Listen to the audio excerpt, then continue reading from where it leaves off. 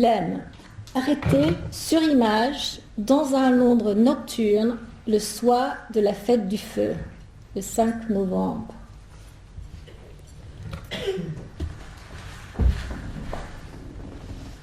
Donc je ne lirai pas toute la citation, mais il faut le lire pour voir ce qui est anachronique dans cette citation, puisqu'il s'agit de la description d'une scène extérieure, la fête du feu.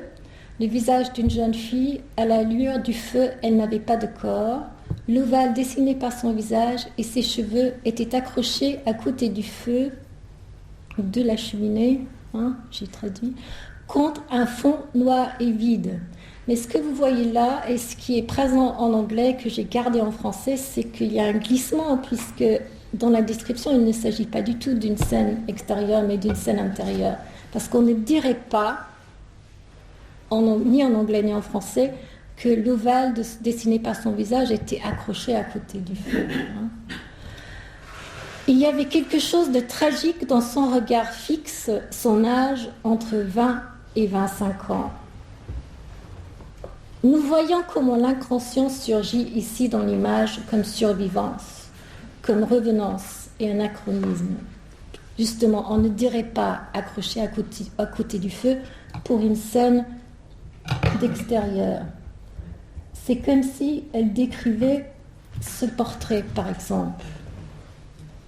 Ici, la description semble s'évanouir vers une infra-image, le souvenir d'un portrait sans doute accroché, un portrait fait par la grand-tante, près de la cheminée dans la maison d'enfance. L'image se souvient, l'image écrite, et la surface mimétique du texte s'estompe pour céder à une réminiscence. Voilà. Ainsi, non seulement nous assistons à la survivance dans l'écriture de ces photographies qui traversent le temps, mais plus précisément, nous assistons à la survivance d'un regard. Ce regard qui fixe le vide, un regard tragique. Son âge entre 20 et 25 ans.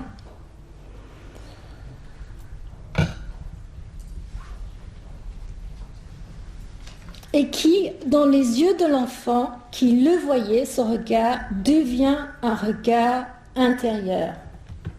Et c'est très étrange comment ces deux photographies se ressemblent, n'est-ce pas? Et là, on ne sait pas qui a pris cette photographie, mais elle doit avoir 11 ans, je crois, à ce moment-là. Alors, qu'est-ce qu'elle regarde, cet enfant intérieur de l'écriture, qui cherche à pénétrer l'imprononçable de son souvenir?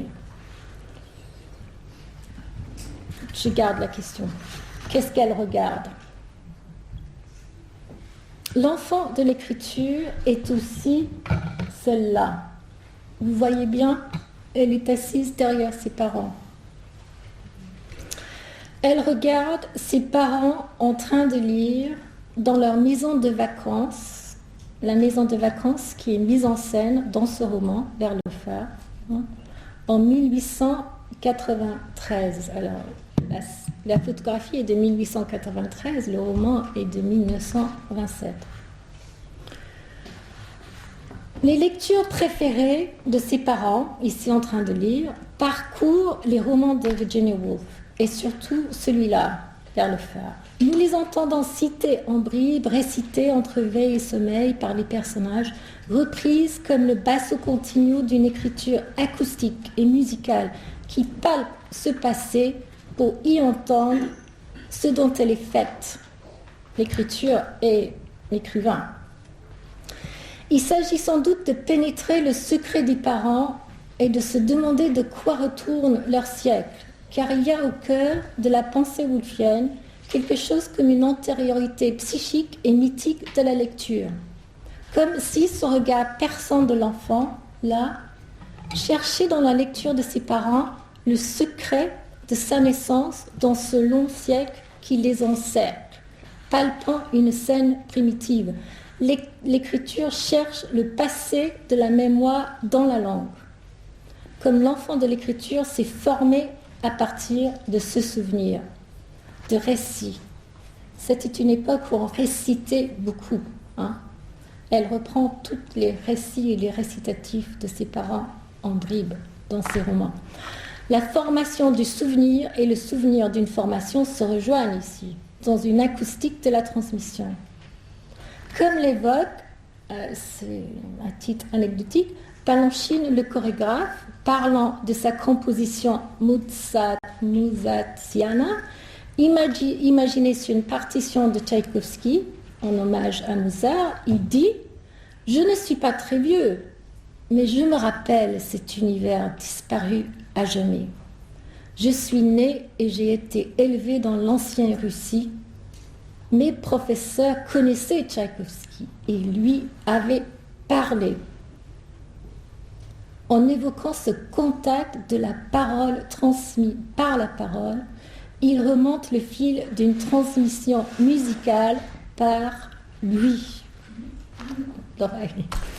Comme Zweig, ce qu'un homme, durant son enfance, a pris dans son sang de l'air du temps, ne saurait plus en être éliminé.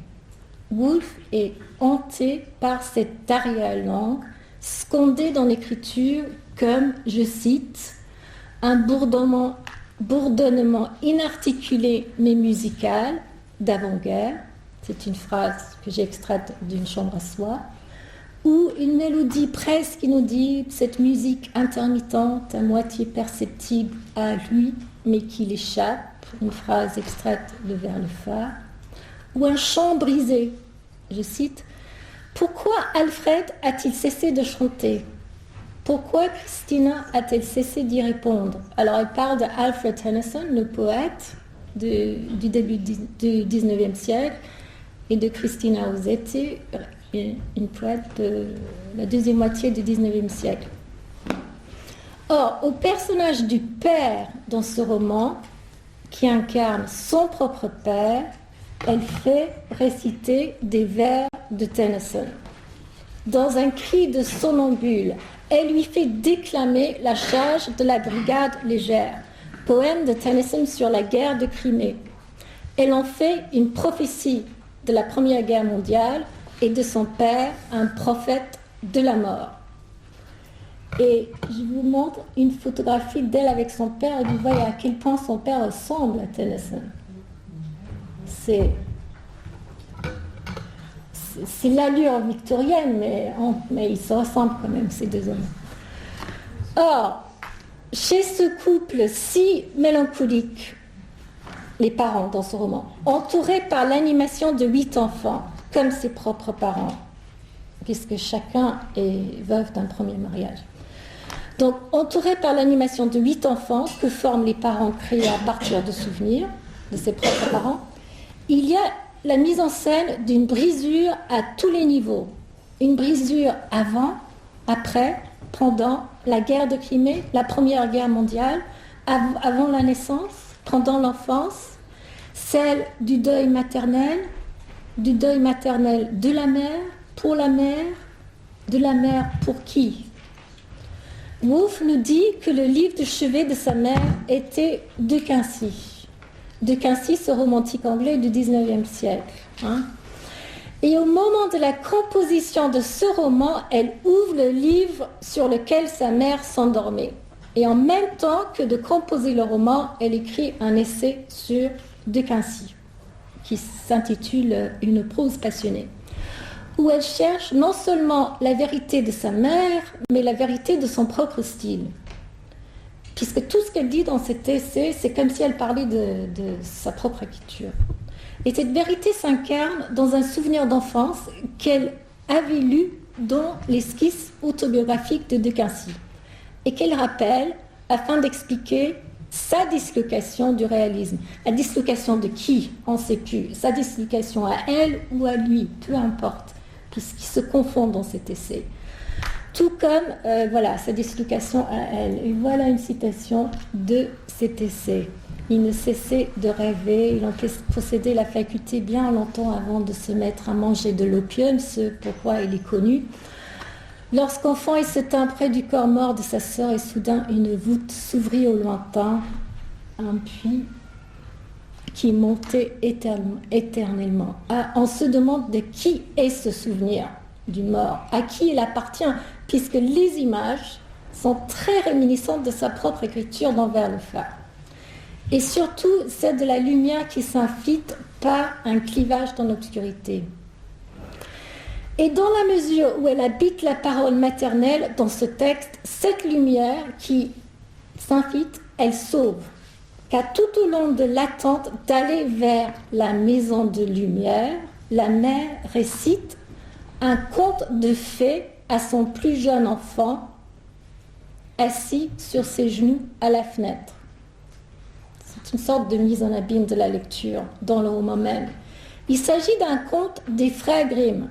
Il y avait une fois un pêcheur et sa femme qui habitaient ensemble une cahute au bord de la mer.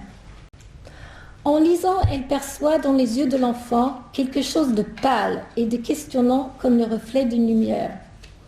Les paroles entendues de cette lecture et la lumière du phare qu'elle perçoit à cet instant en racontant cristallisent une même promesse, celle d'un voyage dans le passé à venir, d'un avenir enfoui dans l'enfance du langage, telle la trajectoire d'une vie tracée par l'écoute.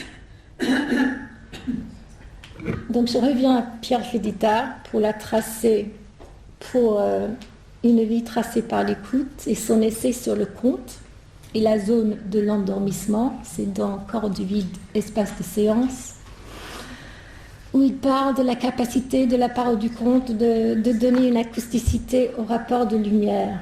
Et il continue sur la mémoire. Donc je vous laisse lire ses propos, si brillants, en disant que cette évocation de l'acousticité comme médiation entre l'enfant et l'adulte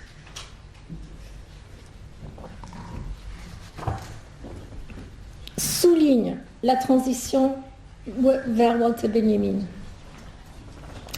Car c'est Benjamin qui a éclairé mon regard sur l'enfant intérieur. Né en 1892, 10 ans après Woolf, à Berlin, Benjamin fera coïncider son enfance avec la fin du siècle. Il écrit les textes qui forment Enfance berlinoise vers 1900, entre 1932 et 1933. Il s'agit de 41 fragments, tableaux, souvenirs, rêves, récits d'événements, dont l'enchaînement s'apparente à celui des images du rêve. Le titre tourne autour du tournant, Enfance berlinoise vers 1900, écrit à un moment d'histoire où le nazisme s'installe. Benjamin est exilé à Ibiza, il a 40 ans. Le livre est dédié à mon cher Stéphane, son fils, qui a 14 ans à ce moment-là. Benjamin et sa femme Dora sont séparés depuis la fin des années 20. Curieusement détaché de toute chronologie ou de moments historiques, selon Gershom Scholem, ces fragments sont nés sous le signe du suicide et du fascisme. Il y a un autre écrivain qui a écrit un grand essai sur Walter Benjamin, Jean-Michel Parnier, un essai qui s'intitule « Le chiffonnier, l'ange et le petit bossu » qui parle de la préservation de l'enfance qui prend pour Benjamin à ce moment-là un sens historique, au moment même où le tragique de sa vie et celui de l'histoire se confondent. Moi, je dirais aussi que ces souvenirs d'enfance, tout comme les thèses sur la philosophie de l'histoire, qu'il écrit peu avant sa mort, sont un travail d'espérance. Telle la chance ultime du salut, au moment du plus grand désespoir. On y trouve toute la mélancolie de Benjamin et la face lumineuse de sa détresse. Cette dialectique d'espérance et de mélancolie qui caractérise sa pensée. Car pour lui, dans les mots de son traducteur français, et je vous incite à lire les traductions françaises de Jean Lacoste, puisqu'elles sont très belles. Donc, comme dit Jean Lacoste, l'enfance pour Benjamin, comme le passé, est ce qui est resté en souffrance. L'âge adulte, tout comme l'histoire, est une séquence de catastrophes. Les promesses de l'enfance sont oubliées et la vie nous doit toujours la solution de ces énigmes. Énigmes qu'il guette, je cite, dans ces événements qui nous parviennent comme un écho dont l'appel qui lui donne naissance semble avoir été lancé un jour dans l'obscurité de la vie écoulée. C'est dans l'annonce du mort dont tu parlais ce matin. Et voilà pourquoi l'adulte, pour Walter Benjamin, sera l'adulte qu'il est, l'adulte que nous sommes, sera sauvé seulement par une solidarité mystique avec l'enfant. L'enfant est le paradigme de notre responsabilité envers l'histoire. Car dans sa pensée en général, comme dans ses souvenirs, il s'agit de décalquer et de révéler cette promesse enfouie dans le passé que cristallise l'enfance. Et ça rejoint un peu Woolf ici, puisque le voyage au phare et le titre même de ce roman, Vers le phare, sont une promesse enfouie dans le passé. Et ce voyage au phare aura lieu seulement après la fin de l'enfance, après la mort de la mère.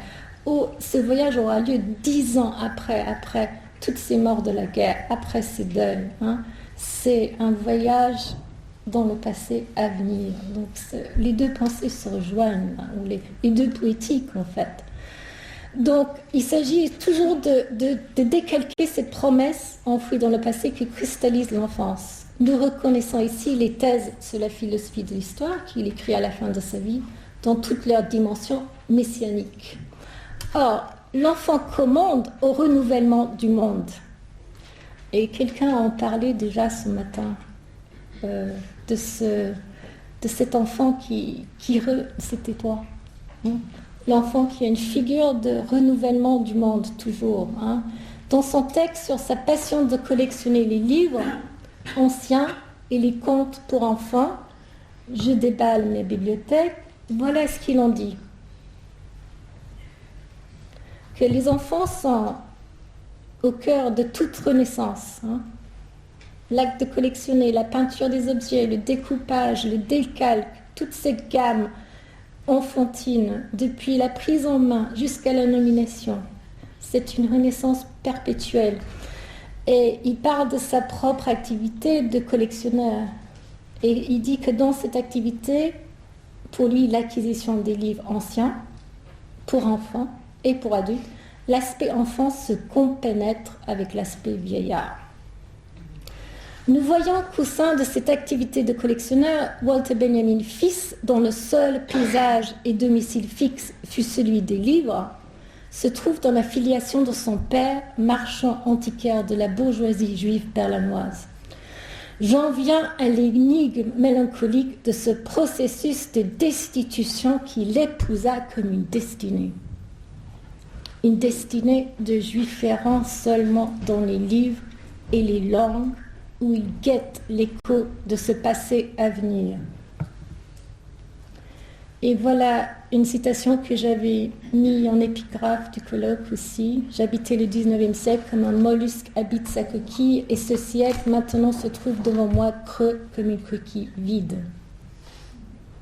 La citation évoque comment l'enfant Benjamin se confondait dans les nombreuses choses et les nombreux objets de cet intérieur bourgeois où il grandit au tournant du siècle, comme un mollusque habite sa coquille. Il s'y nichait, il s'y cachait.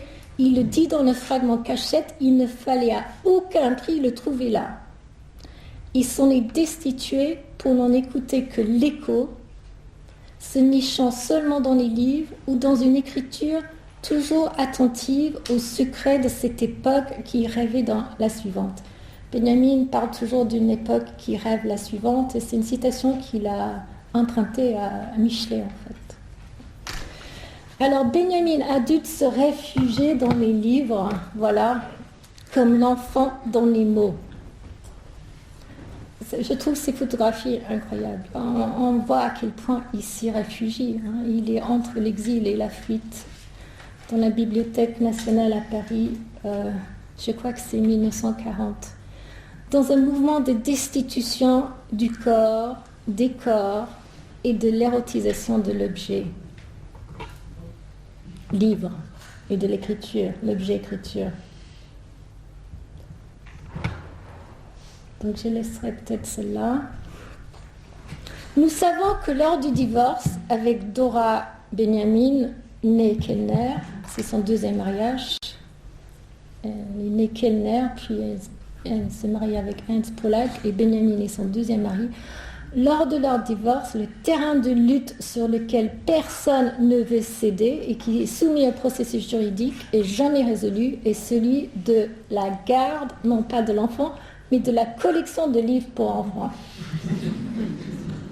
Il n'y renoncera jamais. Un enfant s'agrandit, mais la collection de livres, non, il n'y renonce jamais jusqu'à sa mort. Donc, j'ai appris de bonne heure à me dissimuler dans les mots, dit-il, comme dans la commérelle, un écho de la commère Hélène, nom d'un personnage de vieille comptine défiguré dans l'écoute de l'enfant.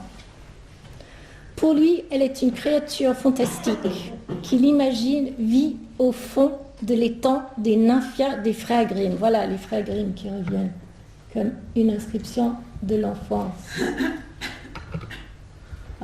Je n'ai pas cette citation, tant pis. Alors, j'en ai trouvé l'écho de ce qu'il dit de cette créature qui se trouve cachée dans le mot commère Hélène, la commérelle. Elle était l'élément silencieux, léger, floconneux qui se forme comme un nuage au cœur des choses. J'en ai trouvé l'écho dans une lettre qu'il écrit, celle-là, à Adrienne Monnier à Paris en 1900, et qui décrit comment cette passion de la bibliophile qu'il était rythme toutes les douleurs de séparation comme des retrouvailles de la vie. Je vous laisse la lire. C'est une citation qui en dit long sur la détresse qui sous-tend cette force de sublimation. Destitué progressivement de sa bibliothèque par le nazisme, on imagine à quel point Walter Benjamin dut avoir la mort dans l'arme en juillet de cette même année, après l'arrivée des forces allemandes à Paris au mois de juin. Lorsqu'on fuite vers la frontière espagnole, il écrit à Hannah Arendt la lettre que j'ai citée au début de mon intervention, sans dire que c'était lui. Je serais plongé dans un cafard plus noir encore que celui qui me tient à présent, si tout dépourvu que je suis de livres, je n'avais pas trouvé dans mon seul livre la devise qui s'applique le plus magnifiquement à ma condition actuelle. Sa paresse l'a soutenue avec gloire durant plusieurs années dans l'obscurité d'une vie errante et cachée. C'est une citation qu'il emprunte à La Rochefoucauld. Or, Benjamin retrouve dans l'enfant qu'il a été, comme dans les livres, non pas un passé révolu qui serait un temps perdu, mais une promesse que la vie n'a pas tenue, un avenir. Et la face lumineuse de sa détresse existentielle réside dans la tension et l'intensité de ce besoin, de cette impuissance, qui est aussi celle de l'enfant dans sa dépendance absolue. La face lumineuse elle réside dans sa capacité à saisir cette promesse dans sa nudité vulnérable. Tel le savoir éphémère dont il parle, celui d'une odeur spumescente de la pomme que la bonne mettait à cuire dans le poêle de sa chambre à coucher au matin d'hiver. Je vous laisse lire cette citation très proustienne. Et le voilà poursuivi par ce délicieux démon de l'enfance, comme une blessure maintenue secrète pour en garder le souvenir. L'état de détresse au présent évoquant la révolte sourde de l'enfant qui ruse, qui lambine, qui rêve. Rappelant cette interface qu'entretient l'écriture au bord du moi et du ça que j'ai évoqué plus tôt, et pensant à ces moments de l'existence où l'objet seul capable de protéger contre les dangers de l'extérieur, majoré par la détresse, voit sa valeur énormément accrue. C'est une paraphrase de Freud dans Inhibition, symptômes, angoisse. Cet objet, pour Benjamin comme pour Woolf, est bien un objet infantile, un mot, une odeur, un écho, une chute, un éclat, dont il s'empare dans une sorte de destitution assumée. Je vais citer à ce propos un extrait de Chasse aux papillons, fragment où il parle de ce qui l'occupait enfant lors des villégiatures à la campagne. J'ai toujours un peu de temps. Donc, vous avez cet extrait de la Chasse aux papillons où il parle de son père avait un projet fou de villégiature à la campagne, où il habillait Walter Benjamin et son frère en petits montagnards bavarois et il devait obéir aux consignes de cette mise en scène. Et ici, il transforme ce souvenir. Il s'occupait quand il était là par la chasse aux papillons. L'air, toutefois, dans lequel se balançait jadis ce papillon est aujourd'hui tout imprégné d'un mot qui, depuis des dizaines d'années, n'est jamais venu à mes oreilles ni à mes lèvres. Il a conservé cette nature insondable qu'ont pour un adulte les noms de l'enfance. Une longue période d'oubli et de silence les a transfigurés. Donc le mot, c'est le nom de l'endroit et il transforme ce mot en transformant le souvenir. Dans l'essai qu'elle écrit, vous voyez le mot plus loin dans l'extrait. Brausberg, le nom de la brasserie, et qui va se trouver transformé au cours de l'écriture. Dans l'essai qu'elle écrit en 1971, à l'édition anglaise des essais de Walter Benjamin, Hannah Arendt souligne la qualité alchimique de sa pensée, où le processus d'oubli et de silence qui transfigure les mots, les noms de l'enfance, est en même temps un processus de cristallisation du passé, qu'elle évoque en citant le chant d'Ariel dans La Tempête de Shakespeare. Rien chez lui de corruptible dont la mer ne vienne à faire quelques trésors insolites. Ou en anglais, nothing of him that doth fade, but doth suffer a sea change into something rich and strange. Car Benjamin s'emploie de toutes ses forces à entendre le travail dans la langue des sédimentations qui font surgir non pas un passé mort, mais le vivant qui a pris de formes nouvelles.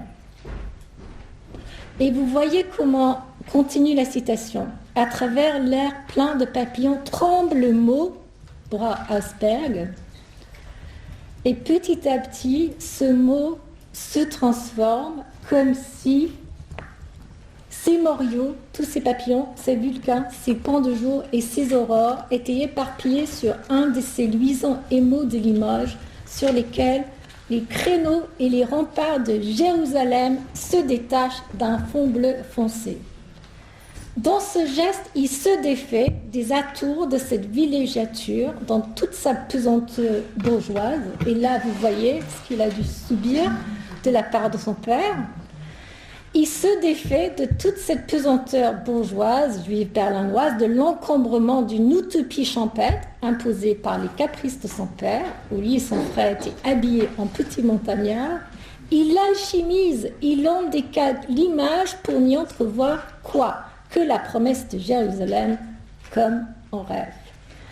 Jérusalem jamais atteinte, mais promise.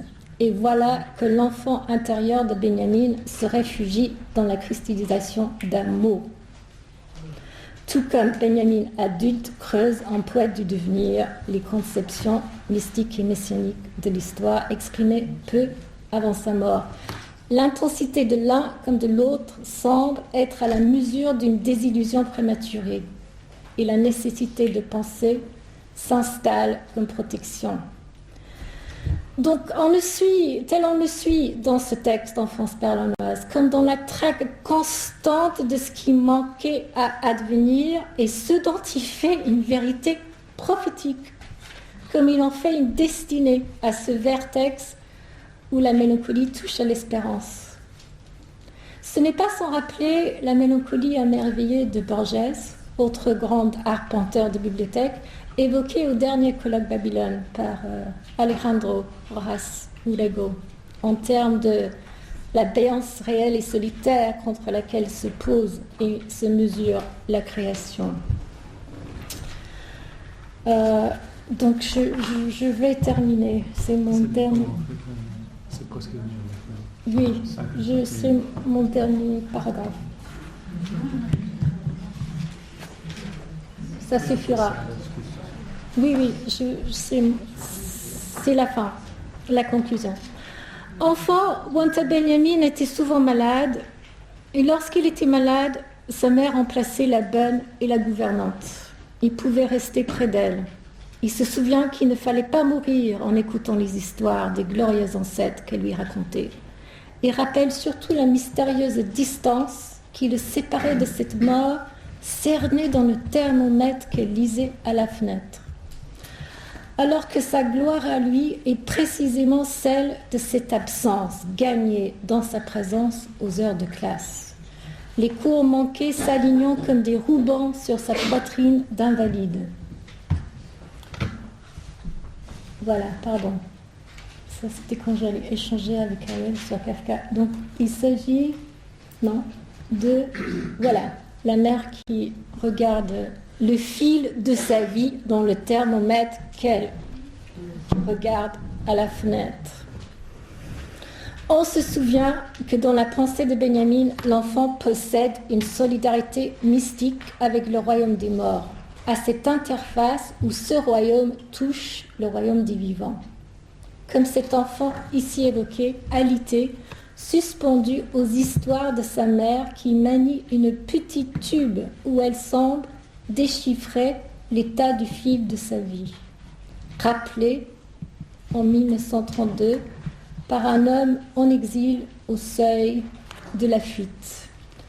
Je vais terminer avec une dernière citation qui évoque la mystique de la lettre qui émerge de l'enfance berlinoise et qui semble venir à la place de ce qui manquait à advenir à l'enfant, suspendu entre émerveillement absolu et mélancolie, comme à l'adulte, suspendu entre l'éternel éclair guetté dans ce passé à présent et la finalité, le coup de l'histoire.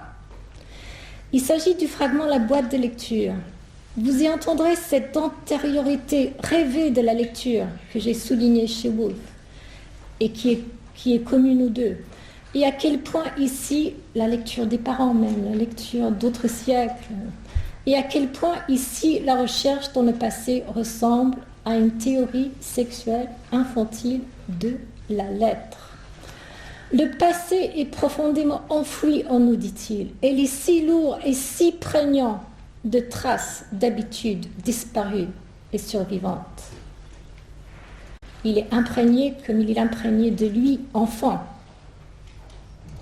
Et il rajoute, comme en ce qui me concerne, ce furent la lecture et l'écriture qui jouèrent ce rôle de traces survivantes. Rien de tout ce qui m'échut dans mes premières années n'avait de nostalgie aussi grande que la boîte de lecture. Elle contenait sur de petites tablettes les différentes lettres en écriture manuscrite, plus juvéniles et même plus virginales que les lettres imprimées. Elles s'allongeaient élancées sur le couche inclinées, chacune parfaite et achevée, et liées dans leur succession par la règle de leur ordre, le mot auquel elles appartenaient comme des nonnes. Ce mot, c'était un état de grâce. Ce qu'en vérité je cherche en lui, c'est elle, toute l'enfance, telle qu'elle se trouvait recueillie dans le geste de la main qui glissait les lettres dans la tringle où elles se rangeaient les unes après les autres pour former des mots. C'est elle, toute l'enfance, que j'ai cherchée telle qu'elle se trouve recueillie pour Virginia Woolf comme pour Walter Benjamin dans ce moment suspendu dans l'écriture de la formation du mot comme du souvenir. Merci de votre écoute.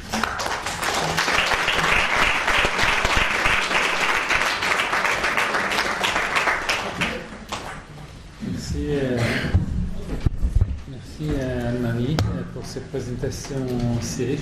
Je ne peux pas m'empêcher de penser au fait que j'avais montré la photo de Benjamin hébergé parmi les livres comme ça. Oui. Et le fait que Benjamin lui-même souhaitait venir à Jérusalem.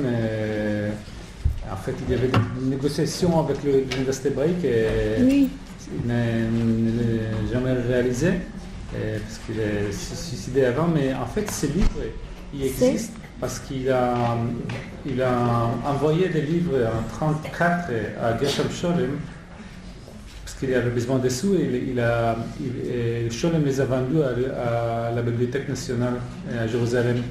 Et donc aujourd'hui, il y a le livre sur les rayons de la Bibliothèque nationale, le livre d'un philosophe von Bader qui appartenait à Benjamin. C'est les seules traces en fait de lui qui est... Et l'Ange de l'Histoire se trouve au musée. Comment? Et son tableau, l'Ange de l'Histoire, se trouve en Israël. Oui, ça, c'est... Un des seuls objets qu'il avait sur lui au moment de sa mort. Bon, alors on va aller à la discussion, des remarques, des questions, pensées. Mais je peux peut-être rebondir en attendant, parce que je me suis demandé si... C'était quoi ce conflit, aller, ne pas aller à Jérusalem? Et on disait qu'à chaque fois qu'il voulait apprendre l'hébreu, il se disait non, parce qu'il me faut perfectionner mon allemand, ou pas perfectionner vraiment, mais consolider son identité d'allemand. Et il est dans une sorte de va-et-vient entre l'identification à son père et à l'autre génération assimilée et sa propre identité d'exilé, je trouve. Je ne peux pas m'expliquer pourquoi il ne pouvait pas y accéder, hein. Ni à Jérusalem, ni à l'hébreu. Ça serait comme cet élément de la tradition juive où Jérusalem, ça reste... Oui. C'est une image ça ne devient pas une réalité. Donc non, mais c'est incroyable la citation, non? Il y a toutes les relations avec Sholem qui est très complexe. En fait, il y a deux Benjamin. Il y a le Benjamin le marxiste, il y a Benjamin de la mystique. De la mystique, en fait. C'est peut-être entre les deux.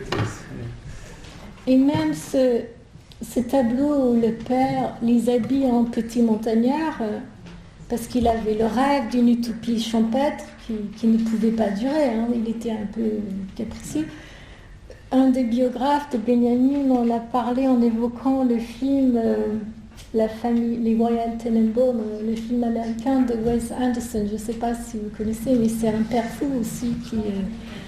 voilà. Donc, et ce qu'il arrive à faire dans ce passage, c'est de passer de ça à le mot qui maintenant n'évoque que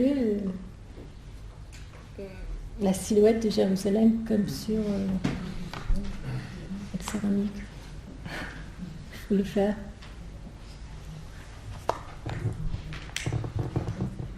Question. Il y avait aussi Wolf, on a oublié un peu. Ouais, on a oublié Wolf. Benjamin Arnaud.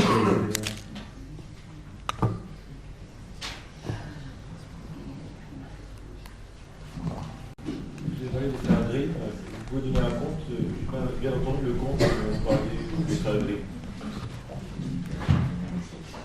Pardon? Excusez-moi, oui, merci pour le compte. Vous parlez des frères Grimm. Oui. Vous avez un compte précis avec un conseil qu'il a eu? Non, pour Wolf, c'était le pêcheur et sa femme, qui est mise en abîme dans son roman. Et pour Benjamin, c'est un conte sur une créature qui vit au fond de l'étang d'Olympia. Je ne sais pas si ça vous dit quelque chose. Je ne sais pas de quel conte il s'agit. Vous ne savez pas de quel conte il s'agit? Non.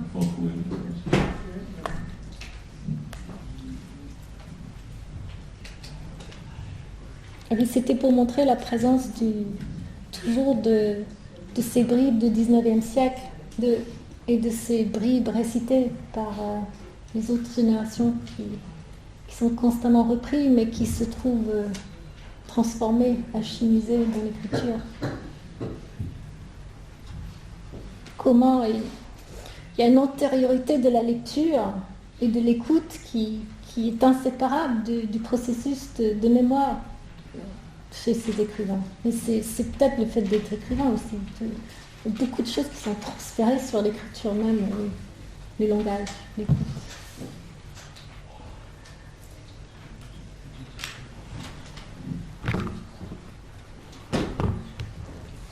Alors, on finit parce qu'on a 15 minutes pour la pause, c'est ça? Ouais. Bon, donc je vous remercie encore une fois et on va se voir dans 15 minutes, à 15h30. D'accord. Merci.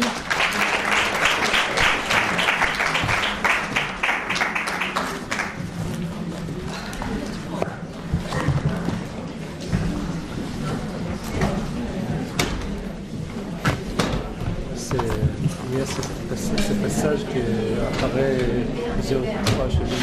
C'est à ça qu'il faisait allusion.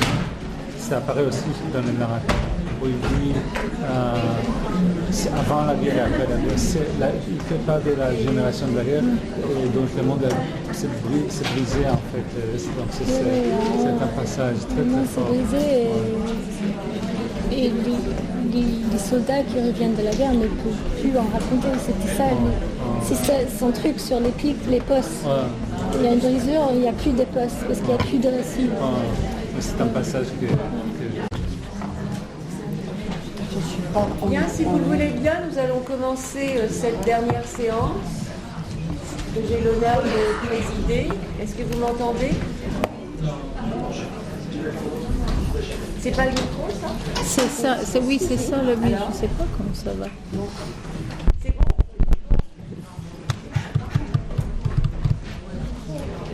Je disais que si vous le voulez bien, nous allions commencer cette dernière séance que j'ai l'honneur de présider. La première conférencière est le professeur Noémie Segal, qui nous vient de l'Université de Londres. Noémie Segal est professeur de littérature comparée, qui connaît particulièrement bien la littérature française du XXe siècle, mais également du XVIIIe. Un peu, oui. Un peu, quand même. Et elle a écrit de très nombreux livres, de nombreux articles, mais je vais citer juste 2 monographies. L'une parce qu'elle est reliée à ce qu'elle va nous raconter aujourd'hui. C'est un livre qui s'intitule André Gide, Pederasty and Pedagogy. Et le second livre que j'ai choisi de nommer est un livre qui traite de l'abbé Prévost, quelle coïncidence, et qui s'intitule The Unintended Reader.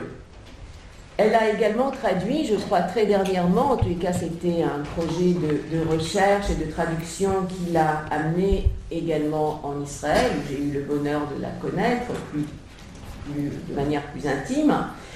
Elle a donc traduit le livre de Didier Ozien, Le Moipeau. Ouais. Merci, cher public. Moi, je vais vous mettre aussi en difficulté en vous demandant de prononcer mes auteurs du XVIIIe siècle comme il faut. C'est bon, ça va. Ok, ça suffit. Merci de me corriger. Merci beaucoup. Voilà, donc Noémie Segal va nous parler aujourd'hui d'André Gide.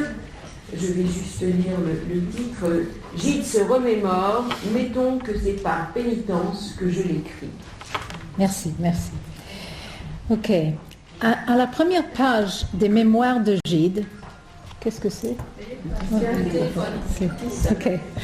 À la première page des mémoires de Gide, Si le grain ne meurt, de 1926, après avoir décrit comment, avec son père, le petit André se plaisait à jeter des dragons de papier du haut du balcon, on lit la scène suivante.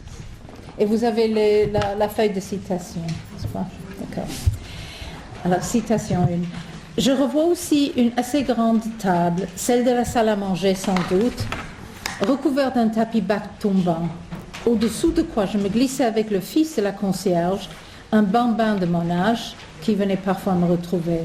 « Qu'est-ce que vous fabriquez là-dessous » criait ma bonne. « Rien, nous jouons. » Et l'on agitait bruyamment quelques jouets qu'on avait emportés pour la frime. En vérité, nous nous amusions autrement, l'un près de l'autre, mais non l'un avec l'autre pourtant. Nous avions ce que j'ai su plus tard qu'on appelait de mauvaises habitudes. Qui de nous deux en avait instruit l'autre? Et de qui le premier les tenait-il? Je ne sais. Il faut bien admettre qu'un enfant parfois à nouveau les invente. Pour moi, je ne puis dire si quelqu'un m'enseigna ou comment je découvris le plaisir. Mais aussi loin que ma mémoire remonte en arrière, il est là. Je sais de reste le tort que je me fais en racontant ceci et ce qui va suivre. Je pressens le parti qu'on en pourra tirer contre moi. Mais mon récit n'a raison d'être que véridique. Mettons que c'est par pénitence que je l'écris. À cet âge innocent où l'on voudrait que toute l'âme ne soit que transparence, tendresse et pureté, Je ne revois en moi qu'ombre, laideur, sournoiserie. Et il parle un peu de cette image que vous voyez là avec sa mère, un petit enfant qui a l'air sournois, etc. Donc, dans ce passage liminaire, on trouve plusieurs des motifs clés du livre. Gide y introduit d'emblée la question de se souvenir, comment et pourquoi. Oh, qu'est-ce qu'il faut que je fasse? Juste approcher. Approcher, ok. Ça va mieux maintenant? D'accord. Donc, dans ce passage liminaire, on trouve plusieurs des motifs clés du livre. Gide y introduit d'emblée la question de se souvenir, comment et pourquoi. Le fait qu'on se souvient comme corps, un corps qui se trouve... Ça va ou c'est trop fort maintenant? C'est bon. Ça va? D'accord. Le fait qu'on se souvient comme corps, un corps qui se trouve quelque part, avec quelqu'un, qui agit, qui se voit et se laisse voir, ou refuse de se laisser voir. Et puis l'acte d'écrire dans l'instant présent et les enjeux de cet acte. Je chercherai dans ma communication aujourd'hui de poursuivre ces trois motifs qui continueront de se mêler, de se toucher au cours du texte. Ok. Comment au juste Gide se souvient-il? Si le narrateur de Proust, pour retrouver la petite Madeleine perdue dans les espaces sous-marins, se penche et plonge dans le passé pour, citation de, s'élève quelque chose qu'on aurait désancré à une grande profondeur. Ça c'est Proust. Gide, quant à lui, cherche à voir clair, à revoir la table, la salle à manger, les deux enfants. Revoit-il le balcon? Non, plutôt, citation 3, ce qu'on voyait du balcon. Ou plus précisément encore, je revois les dragons de papier que nous lancions du haut de ce balcon et qu'emportait le vent. Chez Gide, le souvenir remonte en arrière pour chercher ce qui s'emporte plus haut que la vie parfois sait se lever. Pourtant, c'est en bas, sous la table, qu'il se retrouve dans cette deuxième scène du texte. Les deux petits garçons, l'un riche, l'autre pauvre, comme le seront la plupart des couples amoureux dans la vie de Gide, se cachent sous la draperie du tapis bas pour que personne ne les voie. Ils savent donc que ce qu'ils font est quelque peu honteux. Mais en même temps, Gide insiste sur leur innocence. Des deux, aucun n'a instruit ni corrompu l'autre. C'est pour ça que j'ai intitulé mon livre Pederasty and Pedagogy, parce que la pédagogie et la pédérastie se lient dans le texte, dans l'œuvre de Gide. Voilà, Gide insiste sur leur innocence. Des deux, aucun n'a instruit ni corrompu l'autre. Chacun découvre pour lui-même le plaisir. Ils se trouvent ensemble, mais séparés, l'un près de l'autre, mais non l'un avec l'autre. Deux images de Gide. Pourquoi se souvenir? Pourquoi écrire et afficher ce qu'on se rappelle? Gide se figure toujours ses lecteurs, même si, comme le Nathanaël des nourritures terrestres, ce sont les imprévisibles fils d'un avenir posthume. Ici, pourtant, c'est un lecteur plus ou moins contemporain qu'il imagine, cet on qui désapprouvera ce qu'il raconte. Qui est ce lecteur? Ou peut-être cette lectrice ciblée? Pour qui l'auteur se révèle-t-il sous la table? À qui s'offre cet enfant et son plaisir, innocent ou non? De quoi enfin est-ce qu'il se repentit? Le 19 janvier 1917, ayant mis au net le chapitre 5 de Sillegrain, Gide écrit dans son journal, c'est la citation 4. On écrit bien, on ne pense bien que ce que l'on n'a aucun intérêt personnel à penser ou à écrire. Je n'écris pas ces mémoires pour me défendre. Je n'ai point à me défendre, puisque je ne suis pas accusée. Je les écris avant d'être accusée. Je les écris pour qu'on m'accuse. En 1947, Maria van Resselberg, et la voici, elle rapporte une conversation avec Pierre Herbart. Il dit « Un jour, Gide lui avait remis certains papiers lui disant « Si je les remets à vous, c'est parce que je souhaite que vous me compromettiez. » Et voici Gide et Herbart. Et 3 ans après, Gide se confie à son gendre Jean Lambert, qui s'étonne, citation 6, qu'il n'ait jamais eu de difficulté avec la justice, Voici ce que Gide dit, c'est cette immunité qui me gêne et me dégoûte un peu. Pourtant, Gide, citation 7, aime assez la définition que je lui donne, c'est Jean Lambert qui parle, que je lui donne de lui-même, le premier prix Nobel qu'on ne puisse pas mettre entre toutes les mains. Et Gide, et voici Jean Lambert s'est marié avec la fille de Gide. Et voici, vous voyez Gide, sa fille, Lambert et les deux enfants. Vous ne saviez pas peut-être que Gide avait une fille. Il avait une fille. De ce mélange un peu saugrenu de motivation et de jugement, que peut-on retenir? Après tout, Gide n'a sûrement pas écrit Si le grand ne meurt, ni peut-être aucun de ses textes, fictifs ou non, sans aucun intérêt personnel. Le désir d'être accusé répond sans doute à un sentiment de culpabilité de ce qu'il ait évité le destin de Wilde, d'un côté. Mais d'un autre côté, cela implique une fierté, ce qu'on appelle aujourd'hui pride, d'avoir pu se représenter de manière ouverte. Car Si le grand ne meurt est le premier coming out book, j'ai cherché une traduction, j'ai pas trouvé, coming out book, que je connaisse. Plus franc que les écrits de Proust, de Wilde ou de Cocteau, même plus direct que naît sa propre apologie Corydon, publiée déjà en édition anonyme en 1911, dans lequel aucun des trois porte-paroles ne représente exactement l'avis de l'auteur. Car Gide refuse la discrétion de Proust ou de Wilde qui, les deux, lui ont conseillé de ne jamais, c'est la citation 8, dire « je ». Et je vous ai donné là les deux citations un peu plus longues. Si le grand ne meurt est ce que Lawrence Sher appelle un récit héliotropique, c'est-à-dire qu'il part d'une enfance où tout est ombre, laideur, sournoiserie, pour aboutir à une fin ensoleillée où André se trouve sur le seuil du mariage. En ce qui concerne l'obscurité, citation 10, 11, etc., les ténèbres où patientait mon enfance, ou plus tard, cette selve obscure où j'ai garé au sortir de l'enfance, on a une multiplicité d'exemples où Gide se décrit comme obtus, ignorant, niais, imbécile, laid, misérable, etc. Mais pour l'autre bout du chemin, la lumière fantasmée, les images se mêlent et se contredisent. Okay.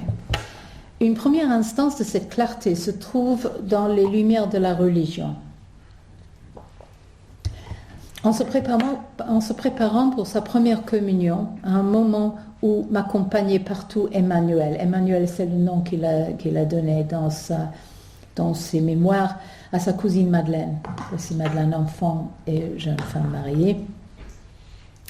Le narrateur affirme trouver un aidant quotidien avant l'éveil de l'homme et la somnolence du jour, éblouissement pur, puisse ton souvenir à l'heure du mort vaincre l'ombre, etc. Donc ça, c'est un exemple de la lumière. Pareillement, à la toute dernière page du texte, c'est, citation 15, « Ébloui d'azur, qu'André se fiance avec sa cousine après la mort de sa mère à lui. » Et il ajoute « C'était le ciel que mon insatiable enfer épousait. Mais cet enfer, je le mettais à l'instant même. Les larmes de mon deuil en avaient éteint tous les feux. » Mais la lumière a deux autres significations dans ce texte. Ces feux de l'enfer sont tout autres qu'infernales dans l'ivresse de la première aventure sexuelle avec le petit Ali dans les sables de Sousse. Et c'est la citation 17.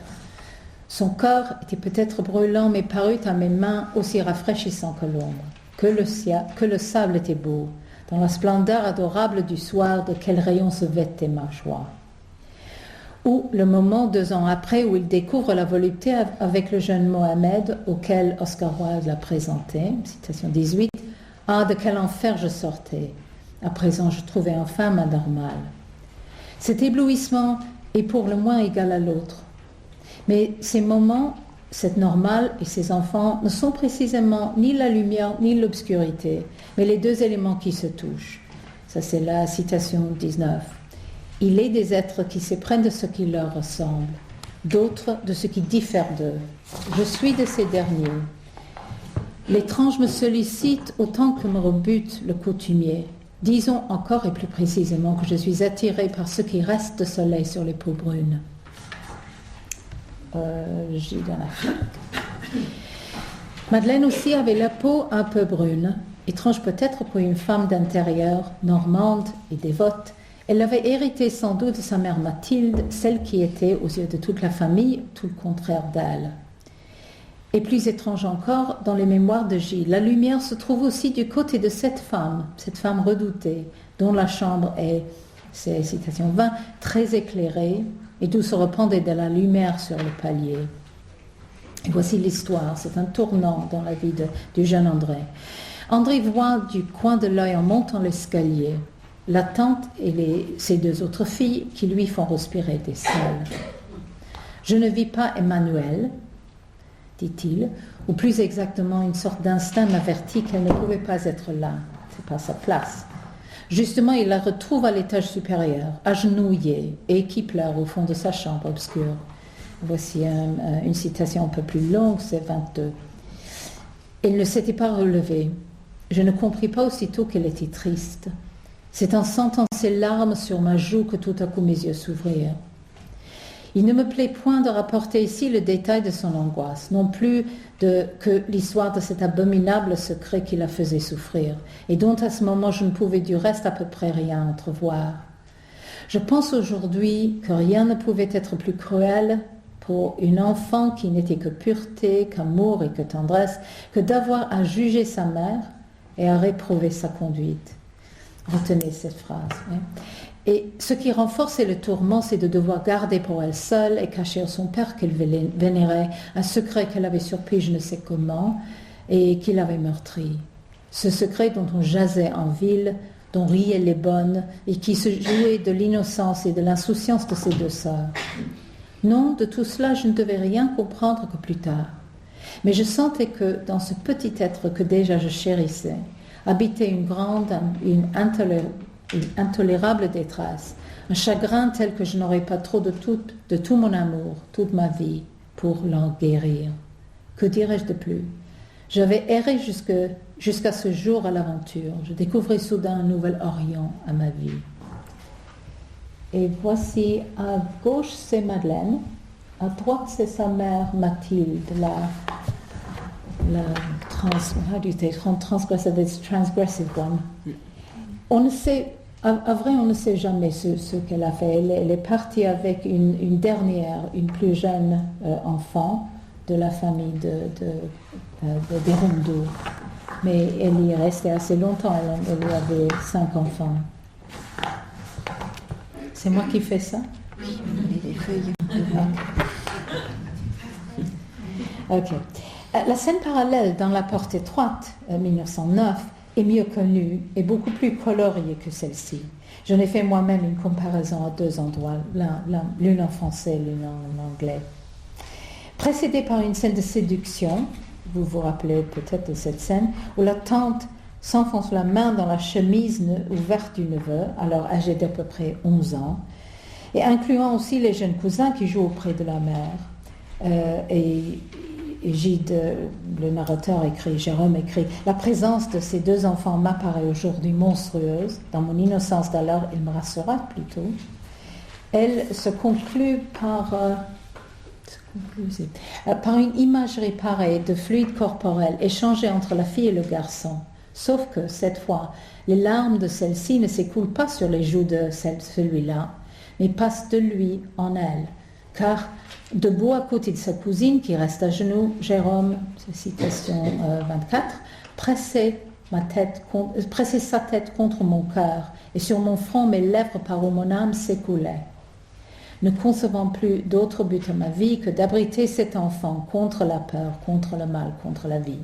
On sait bien ce qui s'ensuit pour la pauvre Alissa, du moins. Si le grand meurt parut presque 20 ans plus tard que La Porte étroite, et la composition de ses mémoires s'est faite, comme celle de la symphonie pastorale d'ailleurs, en 2 parties.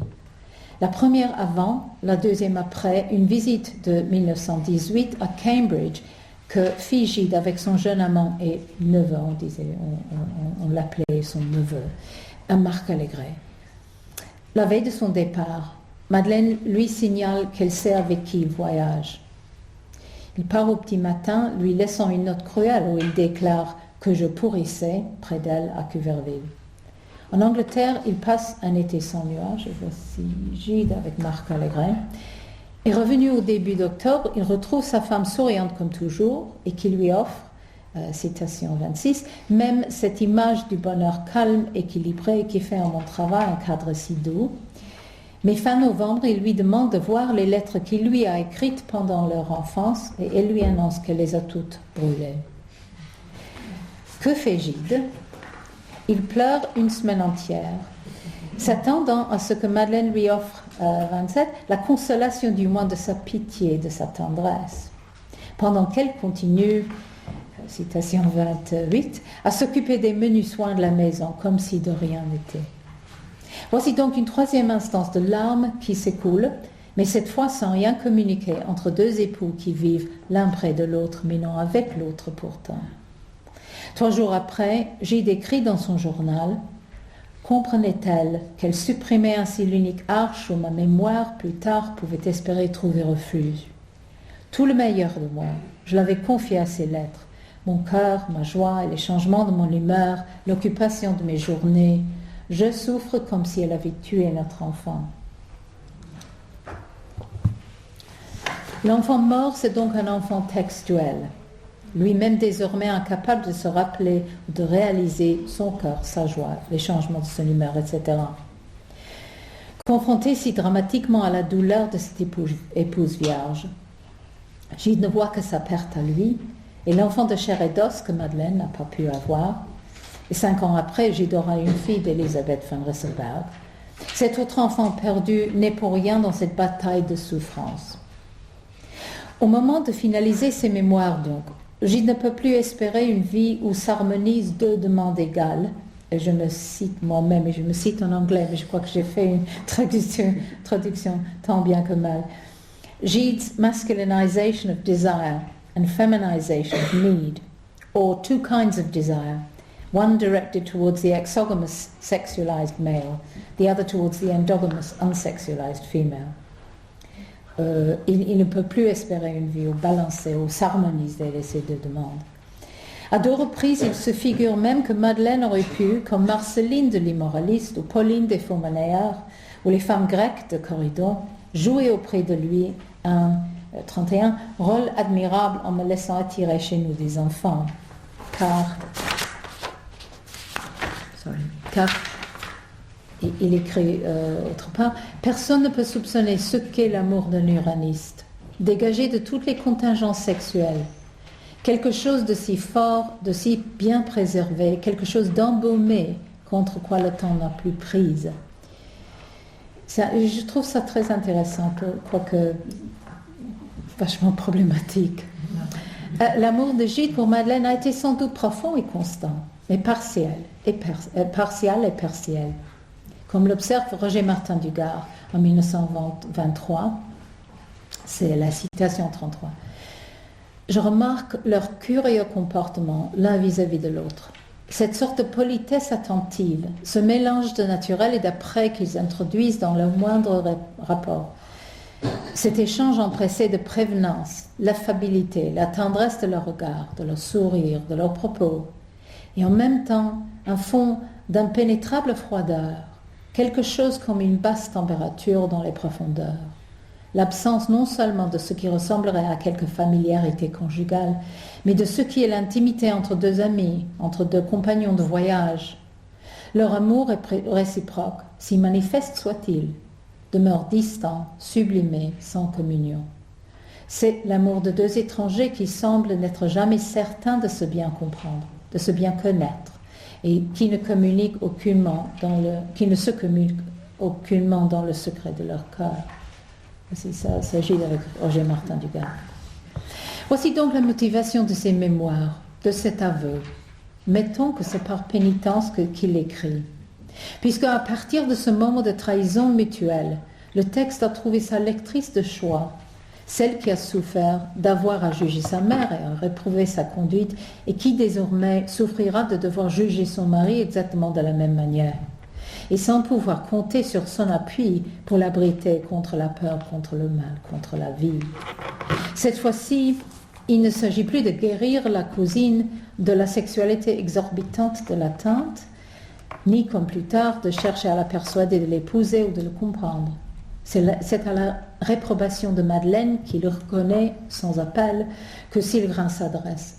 Le texte est donc une réplique où débordent deux fluides à la fois, le repentir et la vengeance.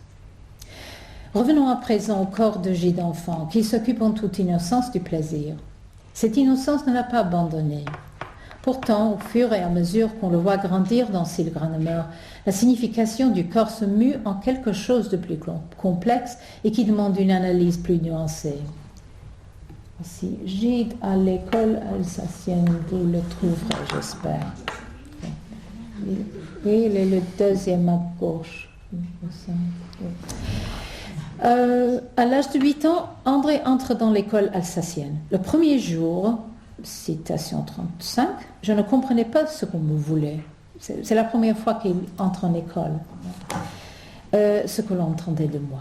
Et il reste un des derniers de la classe. Je le répète, je dormais encore. J'étais pareil à ce qui n'est pas encore né. Puis il est renvoyé de l'école. Mes parents avaient donné la veille un dîner. J'avais bourré mes poches des friandises du dessert. Et ce matin-là, sur mon blanc, tandis que s'évertuait M. Vedel, c'est le maître, je faisais alterner le plaisir avec les pralines. Tout à coup, je m'entendis interpeller. « Gide, il me semble que vous êtes bien rouge. Venez donc me dire 2 mots. » Le sang me montant au visage plus encore, tandis que je gravissais les 4 marches de la chaire et que mes camarades ricanaient. Je ne cherchais pas à nier.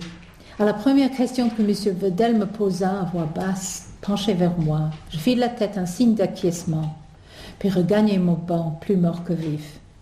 Pourtant, il ne me venait pas à l'idée que cet interrogatoire pourrait avoir des suites. M. Vedel, avant de poser sa question, ne m'avait-il pas promis de ne rien dire? N'empêche que, le soir même, mon père recevait une lettre du sous-directeur l'invitant à ne m'envoyer plus à l'école avant 3 mois. Cette scène se lit à la première par une protestation, ici plus implicite qu'explicite, que l'enfant qui dort encore n'a rien fait de mal, ne comprend pas que ses habitudes soient si mauvaises que ça. Et puis le professeur lui a menti, c'est donc lui le coupable. Les parents de l'envoient un certain docteur Brouardel, collègue du père de Proust et de Charcot, à l'époque où Freud travaillait avec lui, et qui, c'est 38, qui bientôt devait acquérir une grande autorité comme médecin légiste. Vous avez une image de sa carrière de médecin légiste. Brouardel le menace avec une panoplie de fer de lance Touareg qu'il a pendu au mur de son bureau. C'est du pur freudisme, n'est-ce pas? Notons que Gide narrateur nie qu'il a été terrorisé par l'expérience. Il dit « L'invention était trop apparente pour que je prisse cette menace au sérieux. » Et pourtant, son biographe Jean Delay rapporte que Gide lui a dit en 1947 « Ce Brouardel, c'est certainement celui qui m'a fait si peur quand j'étais enfant. » C'est surtout 42, le souci que je voyais qu'avait ma mère et le chagrin silencieux de mon père qui l'impressionne et qui fait qu'au bout de 3 mois, André est 43, guéri, du moins à peu près autant qu'on peut l'être. Et c'est la conviction de Delay, du moins, la mort de son père, survenue à quelques ans de là, lui a peut-être paru une conséquence obscure de ce chagrin silencieux, comme c'est le cas pour cet autre petit masturbateur innocent et condamné, le Boris des Faumonéas. Ensuite, 44, peu de temps après, j'attrapais la rougeole. Mes parents m'emmenèrent à la Roque sans attendre le commencement des vacances. 3 expériences corporelles qui seront à jamais enchevêtrées, donc pour Gide qui se remémore. Le plaisir sexuel, le plaisir alimentaire et la maladie qui vient le sauver des périls de la vie scolaire. Commençons par la maladie. C'est d'une tuberculose que le père de Gide est mort, et lui-même pense souffrir de la même condition lors de sa première visite en Afrique du Nord en 1893. J'aime beaucoup ces deux images parce qu'ils se miroitent, n'est-ce pas? Atman d'un côté, comme ça, et Gide de l'autre. Ouais. Ainsi que Michel de Les Moralistes, Gide, le jeune André, se remet, moitié par le temps qui guérit tout, moitié par les bains de soleil, le temps dans l'autre sens, les bains de soleil, etc. Mais contrairement à Michel, Gide soulève un doute que cette indisposition ne soit pas plutôt nerveuse que physique. Pendant une cure qu'il fait en Suisse, 45, le docteur eut vite fait de me persuader que mes nerfs seuls étaient malades. Si c'était le cas, ce ne serait pas pour la première fois, car, adolescent, tyrannisé par des camarades de classe à Montpellier, André se voit enfin sauvé par la petite vérole. Mais comme peu à peu il se remet, comme peu à peu il se remet, l'angoisse de confronter de nouveau ses persécuteurs l'envahit. Et dans la maladie nerveuse qui succède à ma variole, je laisse au neurologue à démêler la part qui prit la complaisance. Voici, j'ai une citation un peu longue où on voit exactement en détail ce qui s'ensuit. Voici, je crois, comment cela commença. Au premier jour qu'on me permit de me lever, un certain vertige faisait chanceler ma démarche, comme il est naturel après 3 semaines de lit. Si ce vertige était un peu plus fort, pensais-je, puis-je imaginer ce qui se passerait. Oui, sans doute. Ma tête, je la sentirais fuir en arrière. Mes genoux fléchiraient. J'étais dans le petit couloir qui menait de ma chambre à celle de ma mère. Et soudain, je croulerais à la renverse. Oh, me disais-je, imitez ce qu'on imagine. Et tandis que j'imaginais, déjà je pressentais quelle détente, quel répit je goûterais à céder à l'invitation de mes nerfs. Un regard en arrière pour m'assurer de l'endroit où ne pas me faire trop de mal en tombant. Dans la pièce voisine, j'entendis un cri. C'était Marie. Elle accourut. Je savais que ma mère était sortie. Un reste de pudeur ou de pitié me retenait encore devant elle. Mais je comptais qu'il lui serait tout rapporté. Après ce coup d'essai, presque étonné d'abord qu'il réussit, promptement, enhardi, devenu plus habile et plus décidément inspiré, je hasardai d'autres mouvements, que tantôt j'inventais saccadés, brusques, que tantôt je prolongeais au contraire, répétais et rythmais en danse. J'y devins fort expert et possédais bientôt un répertoire assez varié. Maintes fois par la suite, je me suis indignée contre moi-même, doutant où je pusse trouver le cœur, sous les yeux de ma mère, de mener cette comédie. Mais avouerai-je qu'aujourd'hui, cette indignation ne me paraît pas bien fondée. Ces mouvements que je faisais, s'ils étaient conscients, n'étaient qu'à peu près volontaires. C'est-à-dire que tout au plus, j'aurais pu les retenir un peu. Mais j'éprouvais le plus grand soulard à les faire. Ah, que de fois longtemps ensuite, souffrant des nerfs, ai-je pu déplorer que de n'être plus à un âge où quelques entrechats, 3 points. Les médecins consultés par la mère d'André ne sont pas sûrs, mais, 49, plus ils m'examinent, plus semble les pénétrer le sentiment de l'authenticité de mon cas. Aussi, encore une fois, c'est du pur freudisme. Après tout, puis-je prétendre en savoir sur moi-même plus long que ces messieurs? En croyant les tromper, c'est sans doute moi que je trompe. Seul son oncle Charles, voici Charles, qu'il estime à présent l'être le plus ignorant de soi-même et d'autrui que je connaisse, refuse d'y croire, même de s'y intéresser. Et c'est les deux. Tiens, qu'est-ce que tu fais là? Je me crispe, me contracte, me tords et dans une espèce de sangle que je voudrais irrésistible. Je souffre, dis-je. Mais tout aussitôt, j'eus la conscience du fiasco. Mon oncle remit le lorgnon sur son nez, on voit le lorgnon, son nez dans son journal, rentra dans sa bibliothèque dont il referma la porte de l'air le plus quiet. Par une coïncidence qui n'en est pas une, c'est dans des mots presque identiques que la servante Mathilde Rondeau, c'est la tante redoutée, que la servante accueille son neveu, 6 pages plus loin, lorsqu'il arrive sans avertissement chez elle et chez ses cousines dans leur maison de la rue de Crone. « Ah quoi? C'est vous? Qu'est-ce que vous venez faire à présent ?» Comme je l'ai déjà noté, ce tournant fatal ne se précède pas dans les mémoires par une scène de séduction pédophile, comme c'est le cas dans La Porte étroite, Scène qui d'ailleurs Lacan prend sans aucune base, à mon opinion, pour une vérité historique.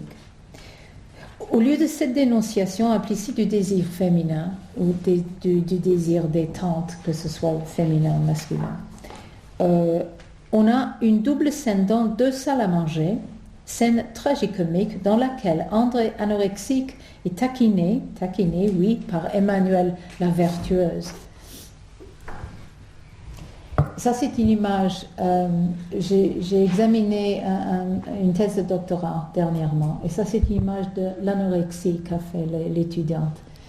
C'est-à-dire que ce sont des choses qui sont bonnes à manger, mais on ne peut pas les manger parce que ce sont de plâtre. Je trouve très beau. Ouais. Ok, alors, voici l'anorexie de Gide. C'est la citation 53. Je mangeais peu, je dormais mal. Ma tante Lucie était au petit soin. Je me revois entre ma mère et ma tante dans cette grande salle à manger. Séraphine me préparait des petits plats spéciaux, mais je restais devant eux sans appétit. Vous le voyez, cher ami, il faut la croix et la bannière pour le faire manger, disait ma mère. Alors ma tante, c'est pas la tante que vous avez vue avant, c'est une autre tante. Alors ma tante, croyez-vous, Juliette, que des huîtres ne lui diraient rien? Et maman, non, vous êtes beaucoup plus trop bonne. Enfin, on peut toujours essayer. Il faut bien que je certifie que je ne faisais pourtant le difficile. Je n'avais goût à rien. J'allais à table comme on marche au supplice. Je n'avalais quelques bouchées qu'au prix de grands efforts. Ma mère suppliait, grondait, menaçait, et presque chaque repas s'achevait dans des larmes, encore des larmes. Encore des larmes pour ce jeune Hungerkünstler qui ne trouve rien, tout simplement, qui soit à son goût. Mais c'est Emmanuel qui s'avère seul capable de le forcer à manger, et par un tour plutôt frivole, c'est 54. Je vivais auprès de ma cousine déjà dans une consciente communauté de goût et de pensée que de tout mon cœur je travaillais à rendre plus étroite et plus parfaite. Elle s'en amusait, je crois. Par exemple, lorsque nous dînions ensemble rue de Crosne, au dessert, elle jouait à me priver de ce que je préférais, en s'en privant d'abord elle-même, sachant bien que je ne toucherais à aucun plat qu'à sa suite. Je crois que c'est la seule fois qu'on voit Madeleine Gide avoir un sens d'humour, mais on ne voit Madeleine Gide que par André Gide, alors qui sait. Le corps dont on se souvient quand on se remémore et s'écrit, donc, c'est le corps qui fait mal, qui pleure, qui souffre, qui se trahit par ses appétits ou par son manque d'appétit, par ses désirs ou par son manque de désir. Parfois même, mais rarement, il rit. Ce sont plutôt les autres qui rient de lui dans le texte.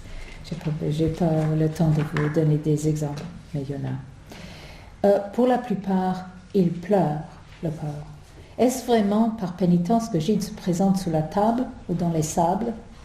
Revenons pour terminer à cette première scène de volupté, à Sousse, où le fils du concierge est remplacé par le petit Ali. Cette fois, est-ce que nous aurons la réponse à cette question originaire qui de nous deux en avait instruit l'autre? Voici comment André choisit de séduire ou de se laisser séduire. C'est 55. Voilà. Je me laissais entraîner dans la dune par Ali, c'était le nom de mon jeune porteur.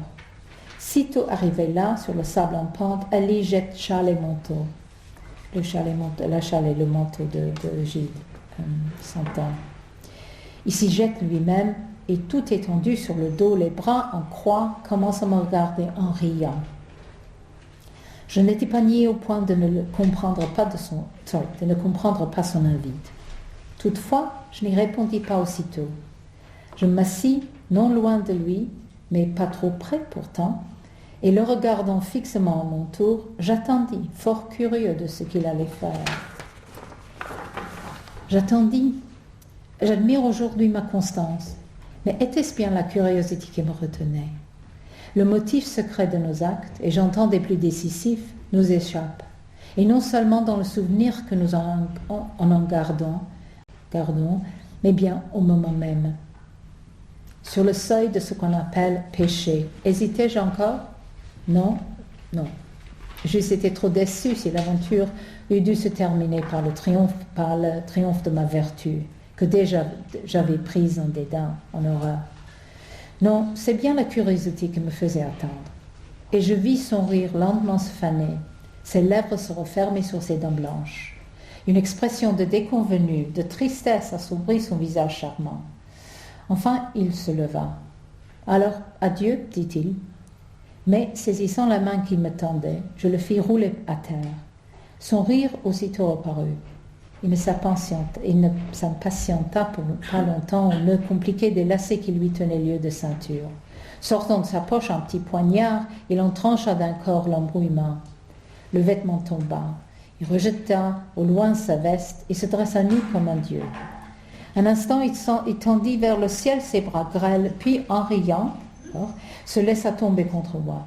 Son corps était peut-être brûlant, mais parut à mes mains aussi rafraîchissant que le sable était beau, dans la splendeur adorable du soir, de quel rayon se vêtait ma joie. Ces moments d'hésitation ne sont pas au vrai ce qu'ils paraissent. Ils ne sont pas non plus tout à fait des moments de curiosité psychologique. Ce n'est ni la vertu ni l'indécision, je nous l'assure. Au contraire, c'est pour ajuster l'équilibre des pouvoirs entre celui qui entraîne ou invite et celui qui suit, qui est séduit. Quel est alors au juste le motif secret de nos actes? Non seulement des actions qu'on fait, mais aussi des actes de remémoration ou des actes d'écrire. Disons que ce n'est pas par pénitence qu'il écrit, mais plutôt par désir de retour, de retrouver le monde sous la table dans lequel ni l'un ni l'autre entraîne ou séduit, et où même les incertitudes vous voient place dans un temps perdu où le passé et le présent ne se trouvent pas exactement ensemble, mais l'un près de l'autre pourtant. Merci.